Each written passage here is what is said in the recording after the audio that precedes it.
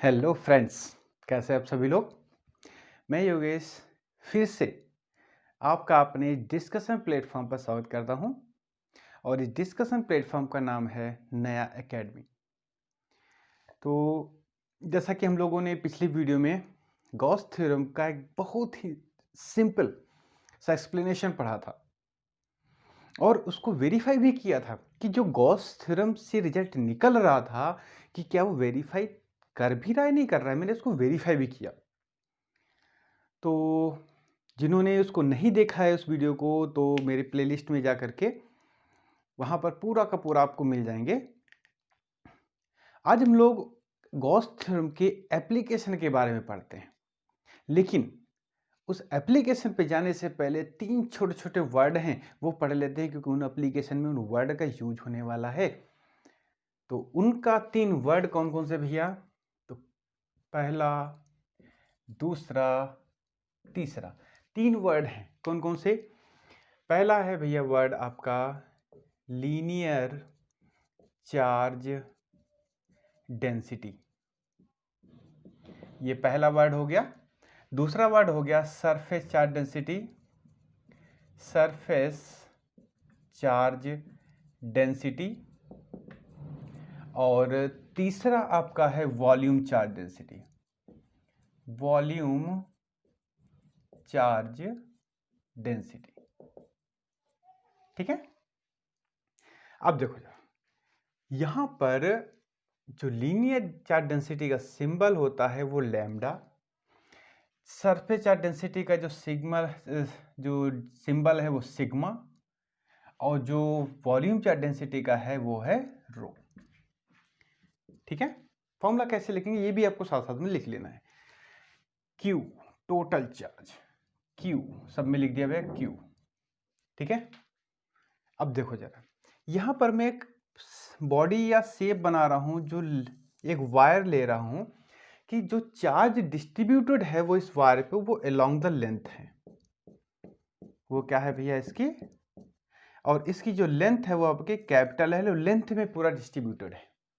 तो यहां पर हम क्या लिख देंगे, lambda is equal to Q by L. ये आ गया भैया लीनियर चार्ज डेंसिटी का सिंबल। ठीक। इस पे आते हैं। मैंने यहां पे एक स्फेरिकल बॉडी ले ली और यहां पे इस बॉडी पे जो चार्ज डिस्ट्रीब्यूटेड है उसके पूरे फुल एरिया पे है, फुल एरिया पे है। और इसका एरिया कितना है भैया, इसका एरिया हम ए मान लेते हैं। तो यहाँ पे क्या हो जाएगा, ए से इसको डिवाइड कर दिया और ये हमारा एक फॉर्मूला बन गया। ठीक। वॉल्यूम वाले पे आते हैं। तो यहाँ पर मैंने एक फिगर बना लिया क्यूब का, यहाँ पे मैंने एक क्यूब का भैया फिगर बना दिया। इसका वॉल्यूम है V। तो अब कुछ नहीं करना है, इसको V से डिवाइड कर देना है और मेरे ये तीन फॉर्मूले आ जाते हैं। Linear charge density lambda is equal to Q by l, surface charge density sigma is equal to Q by A, और volume charge density rho is equal to Q by V. ठीक है। इंपॉर्टेंट है, छोटे हैं, तो मैंने यहाँ पर बहुत जल्दी इनको छोटे से फॉर्म में एक्सप्लेन कर दिया। अब हम लोग क्या करते हैं, आगे बढ़ते हैं। जो मेन टॉपिक है अब हमारा स्टार्ट होगा। जो मेन टॉपिक है भैया अब हम लोगों का यहाँ पर स्टार्ट होने वाला है। उस पहले मेन टॉपिक का नाम है एप्लीकेशन ऑफ गॉस थ्योरम। क्या उसका नाम भैया, एप्लीकेशन ऑफ गॉस थ्योरम। यहां लिख देंगे application of Gauss theorem, application of Gauss theorem. इस गॉस थ्योरम की 3 से 4 एप्लीकेशन है भैया, जिसमें इसकी की सारी एप्लीकेशन इंपॉर्टेंट है। चाहे आप बोर्ड पेपर के पॉइंट ऑफ व्यू से कहो, चाहे आप कंपटीशन के पॉइंट ऑफ व्यू से कहो, दोनों तरीके से इंपॉर्टेंट है। आते हैं पहले। तो भैया जो इसका पहला एप्लीकेशन है, ध्यान दीजिएगा, वो है आपका electric field intensity due to infinitely long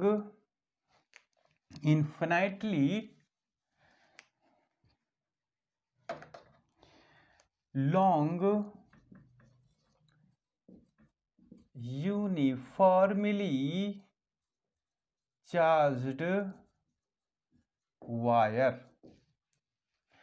आप कहोगे सर इतनी बड़ी हेडिंग, क्या बात है। Electric field intensity due to infinitely long uniformly charged wire.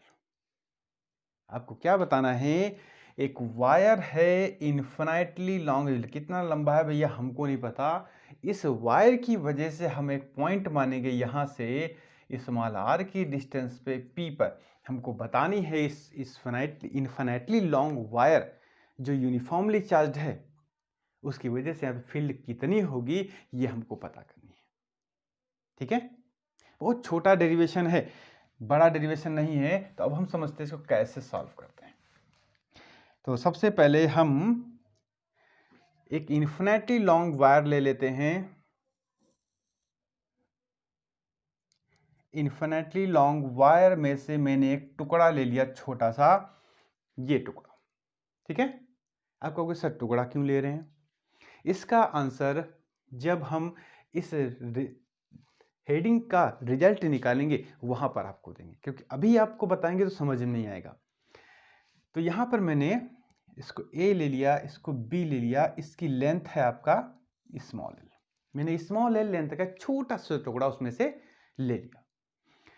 इस छोटे से टुकड़े से स्मॉल आर की डिस्टेंस पर मैंने एक पॉइंट रख दिया पी,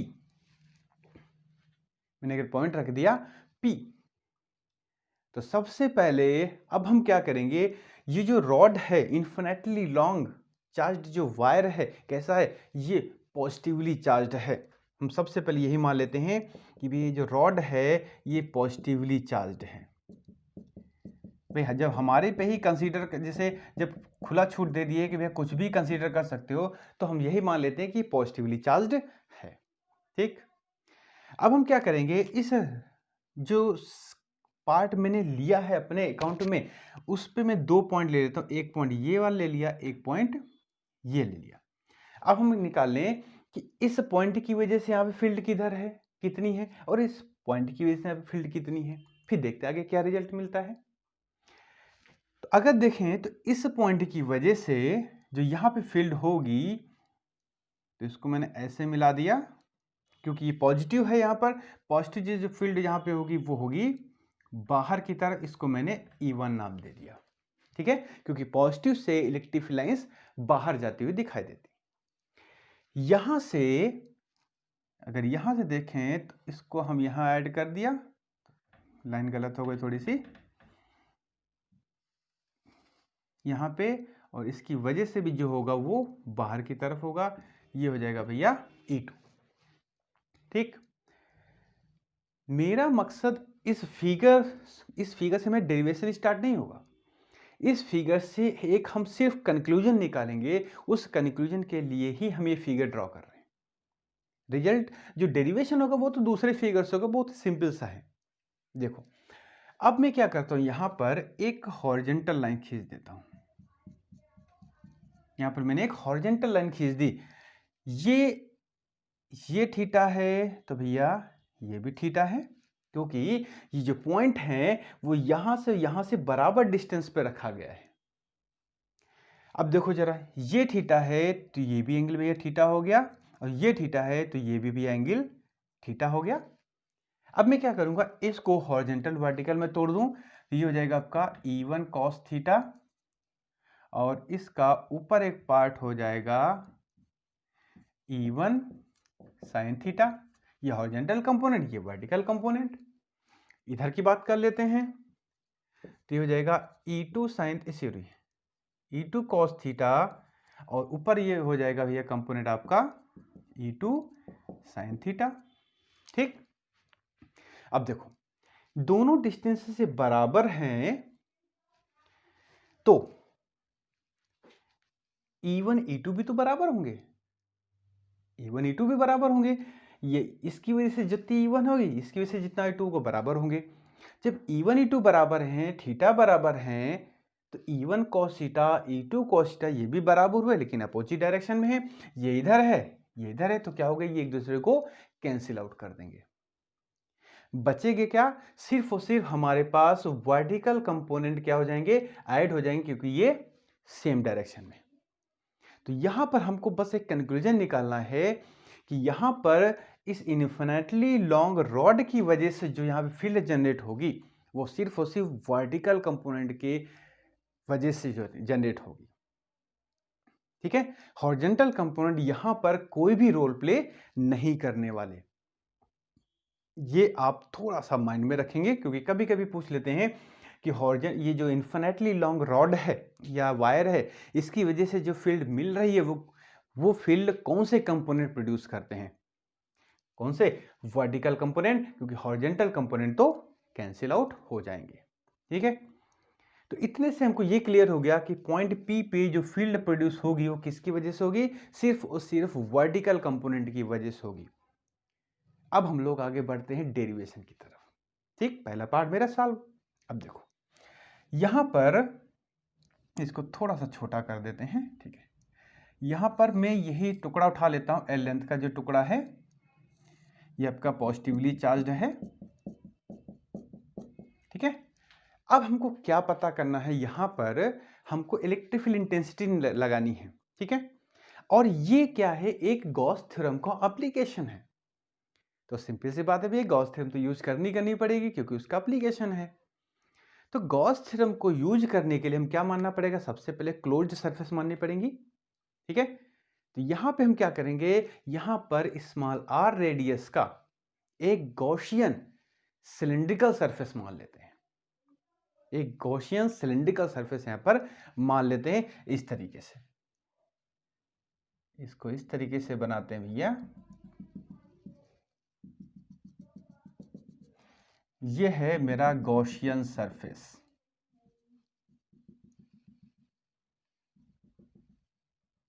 ठीक है, ये कितना है भैया, आपका स्मॉल आर रेडियस का गॉसियन सरफेस है, सिलिंड्रिकल शेप है उसका। इस गॉसियन सरफेस का कैसा है, सिलिंड्रिकल शेप है। जरूरी नहीं है गॉसियन सरफेस हमेशा स्फेरिकल शेप में हो, जैसा मुझको जरूरत होगी उस तरीके से मैं यहां पर शेप बना लूंगा गॉसियन सरफेस का। ठीक, अब देखो यहां पर मैं 3 पार्ट लेता हूं, पहला पार्ट, दूसरा पार्ट, तीसरा पार्ट, मतलब 3 पॉइंट मैंने यहां पर ले लिए। ठीक है, अब क्या करना है, हमको निकालना है इस गॉसियन सरफेस से निकलने वाला फ्लक्स निकालना है। इस गॉसियन सरफेस से निकलने वाला फ्लक्स निकालना है।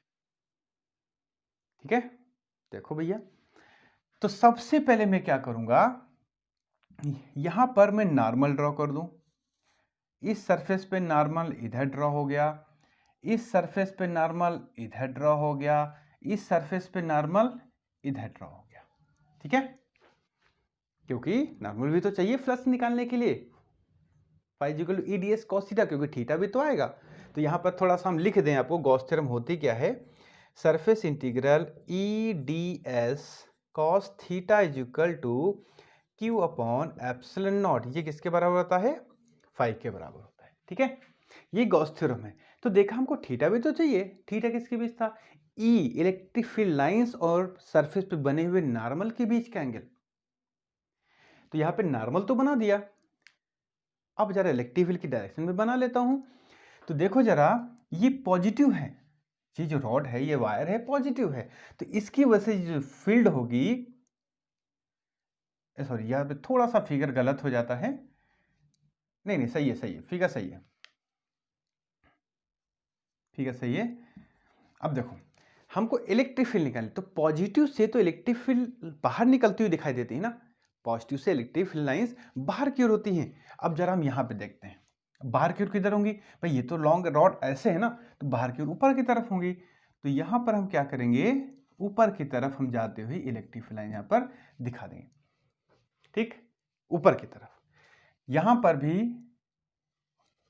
ऊपर की तरफ और यहां पर भी ऊपर की तरफ। ठीक है, तो direction of electric field line समझ गए, क्योंकि पॉजिटिव से निकलती हुई दिखा देते हैं, माइनस पे आती हुई दिखा देते हैं। ये मैं अच्छे से आपको एक्सप्लेन कर चुका हूं। अब देखो जरा, अगर हम फर्स्ट सरफेस पे देखें तो यहां पे थीटा है आपका 90, यहां की बात करते हैं तो थीटा यहां पे 90 है, और यहां की बात करते हैं तो थीटा इज इक्वल टू 0 है। ठीक, तो जरा हम अगर φ1 और φ2 निकालें कि फर्स्ट सरफेस और सेकेंड सरफेस से निकलने वाला फ्लक्स कितना होगा, 0 हो जाएगा। मतलब ये दोनों सरफेस मेरे लिए बेकार है। तो यहां पे लिख लूंगा कि φ1 EDS cos theta, EDS cos theta, तो φ1 0 हो जाएगा और φ2 क्या हो जाएगा आपका 0। यानी कि लिख देंगे यहां पर फ्लक्स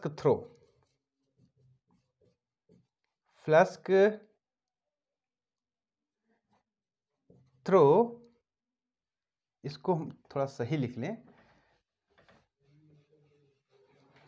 यहीं पे यहां लिख देंगे flux throw first surface. First surface लिख सकते हो या फर्स्ट फेस लिख सकते हो, जो भी है।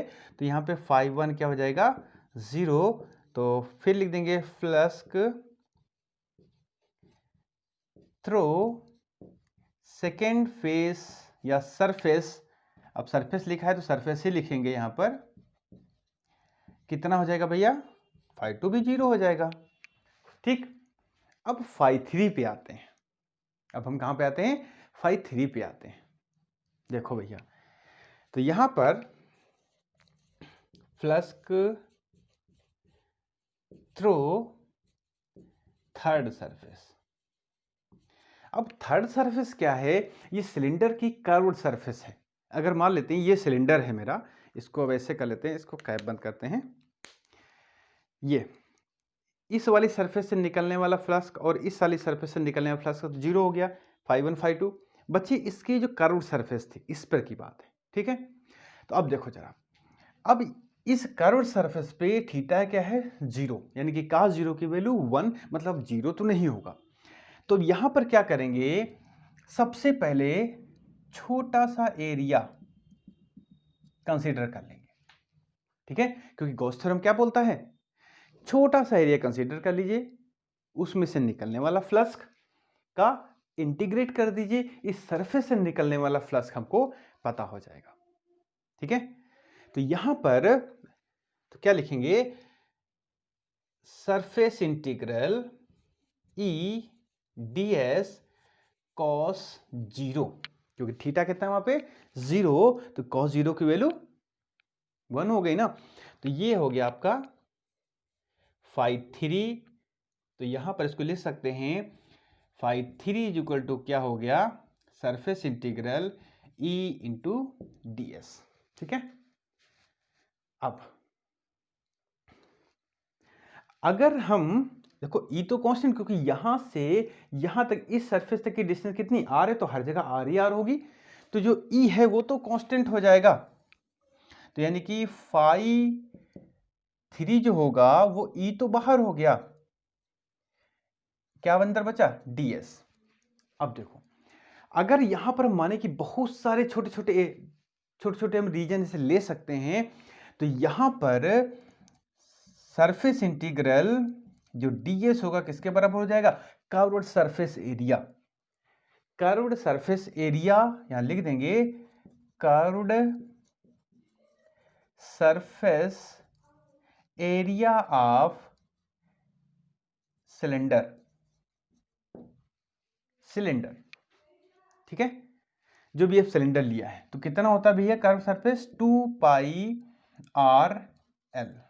2πr_h होता है। ये इसकी हाइट हो गई, रेडियस हो गई r। ठीक है, तो अब हम क्या करूंगा, ये वैल्यू यहां पर पुट कर दूंगा, तो ये हो जाएगा E into 2πr_l equation first. Simple. अब एक तो भैया मैंने इन दोनों फॉर्मूले का यूज करके निकाल दी वैल्यू।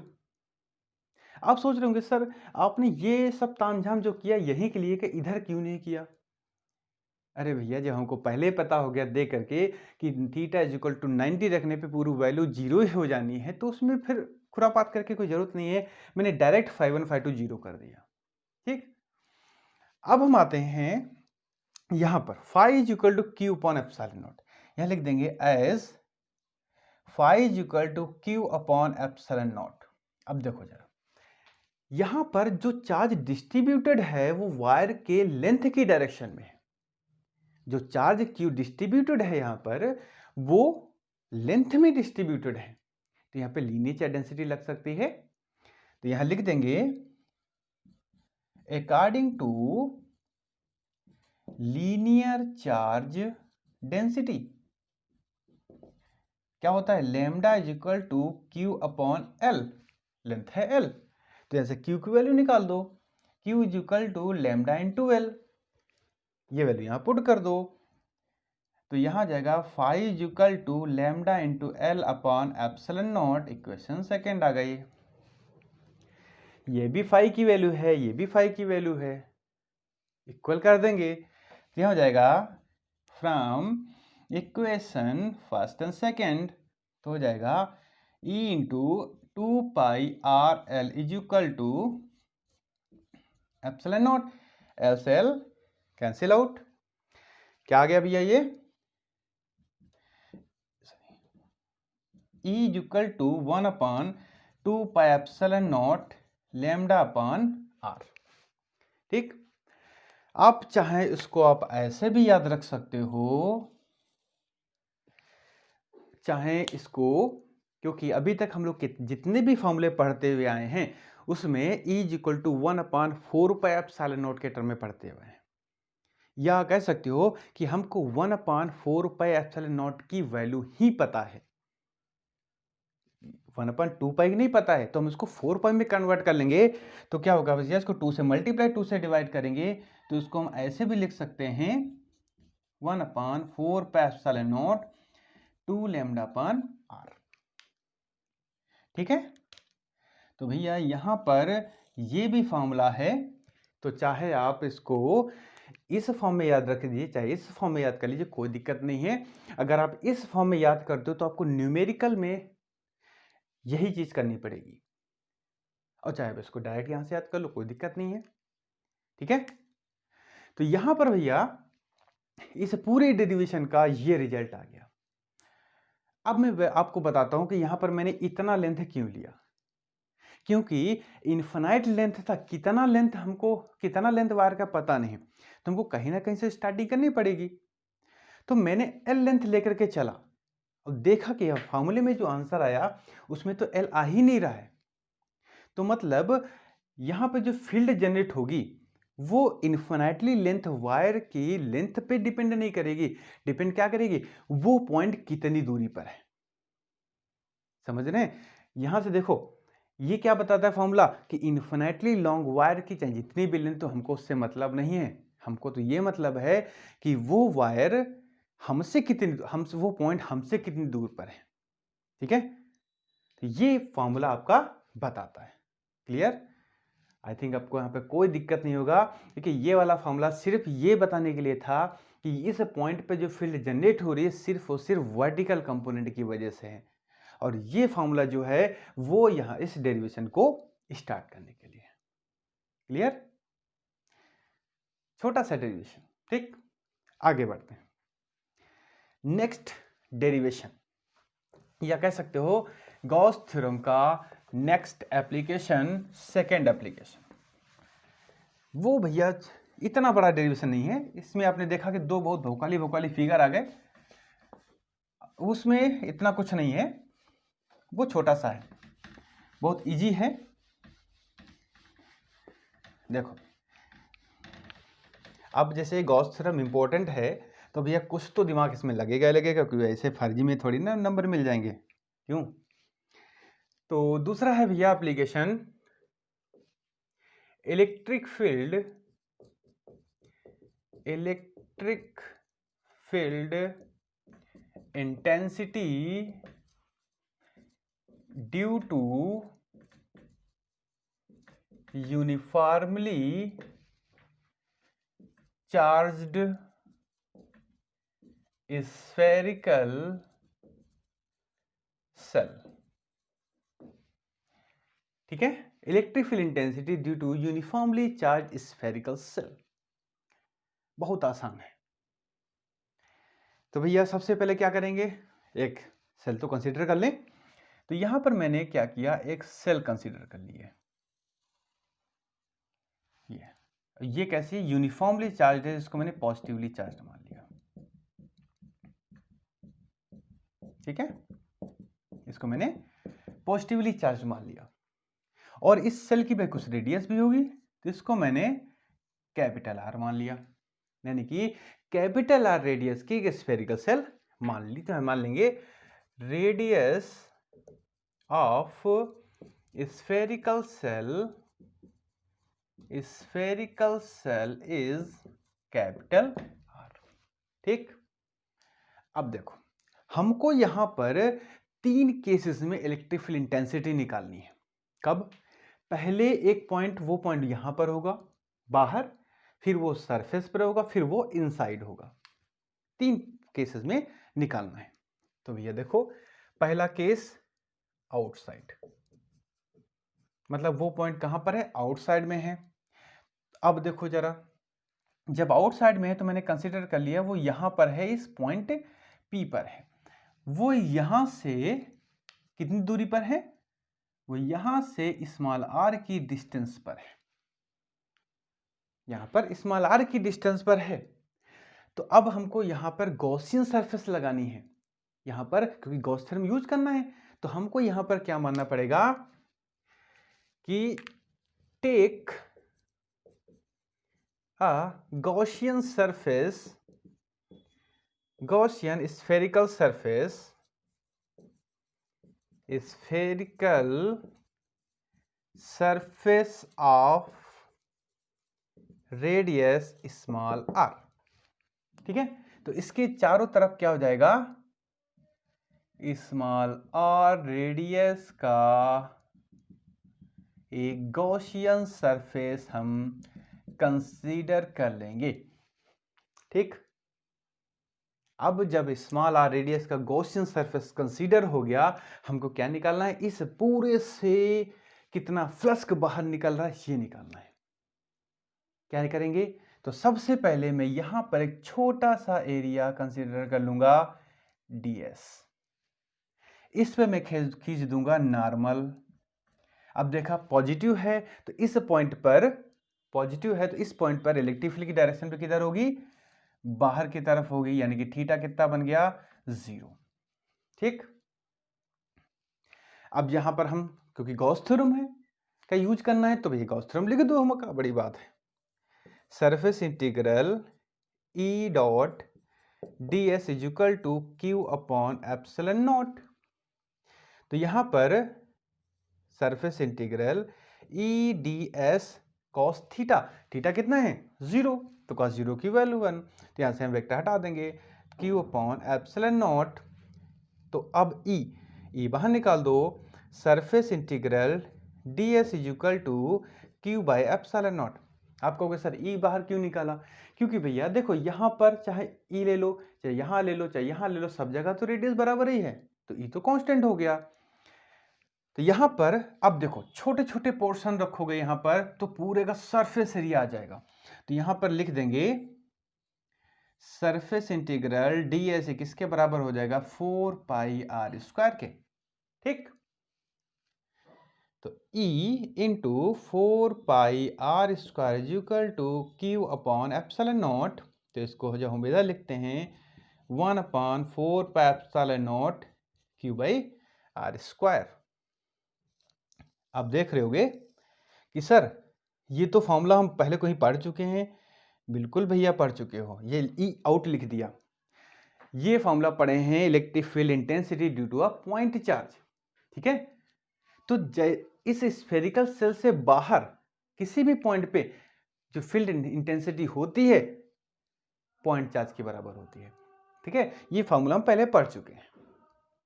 अब दूसरा केस कौन सा भैया? At the surface. अब ये जो पॉइंट है कहां लाई कर गया? इस सरफेस पे ही आ गया। जब इस सरफेस पे ही आ गया तो स्मॉल आर जो है किसके बराबर हो गया? कैपिटल आर के बराबर हो गया। मतलब स्मॉल आर जो किसके बराबर है? Capital R. यहां पे लिखना चाहो तो small R is greater than capital R भी लिख सकते हो। अब हमको ये सब करने की जरूरत नहीं रही है। हम क्या करेंगे? इस फॉर्मूले में स्मॉल आर की जगह कैपिटल आर पुट कर देंगे। तो देखो भैया, तो यहां पर E 1/4πε0 Q/r²। ठीक। अब देखो, रियल का जो स्फीयर है ये, this is not a real sphere, this is a imaginary sphere. क्योंकि गॉस थ्योरम का यूज किया इसलिए मुझको मानना पड़ा ये, लेकिन रियल में नहीं, रियल में तो ये है। अब हम इमेजिनरी से उठ के कहां पे आ गए? रियल वाले पे। रियल वाले पे जो चार्ज डिस्ट्रीब्यूट है वो उसके सरफेस पे है, तो यहां पे सरफेस चार्ज डिस्ट्रीब्यूशन लग जाएगा। तो यहां पर हो जाएगा एज सरफेस चार्ज डिस्ट्रीब्यूशन क्या होता है? Sigma is equal to Q upon इसका एरिया। इसका एरिया अगर आप ए मानते हो तो ए, यस मानते हो एस, तो हमको उसका ए लिख लेते हैं। ठीक है, तो यहां पर ए आ गया। अब हमको क्या करना है? इस क्यू की जगह ये पुट कर देंगे। तो यहां पे हो जाएगा Q is equal to sigma into area क्या होता है इसका? 4πr²। ठीक है, एरिया तो लिखा है, ये उठा के यहां पुट कर दो। तो E is equal to 1/4πε0 sigma 4πr² upon r²। अब जो कट जाए वो काट दीजिए। क्या बचा? E is equal to sigma upon ε0। ठीक है, तो भैया इस स्फेरिकल सेल के जब सरफेस पे आते हो तो फील्ड इंटेंसिटी इस वाले फॉर्मूले से दी जाती है। ठीक, आप कहोगे सर ये प्रोसेस हम यहां पर भी तो कर सकते थे, यहां पर भी तो कर सकते थे ना? कर सकते थे। हाँ, कुछ लोग देखो मुंडी ऐसे कर रहे हैं। हाँ, नहीं कर सकते। क्यों? क्योंकि रियल का चार्ज मेरा इस पे डिस्ट्रीब्यूट है, ना कि इस पे। रियल का जो चार्ज है वो इस पे डिस्ट्रीब्यूट है, ना कि इस पर। ठीक है, तो हम जो इमेजिनरी है उस पे ये से फॉर्मूला नहीं लगा सकते, तो रियल वाले पे आएंगे तभी हम लगाएंगे। ठीक, तीसरा केस इनसाइड द, तो यहां पे हो जाएगा इनसाइड।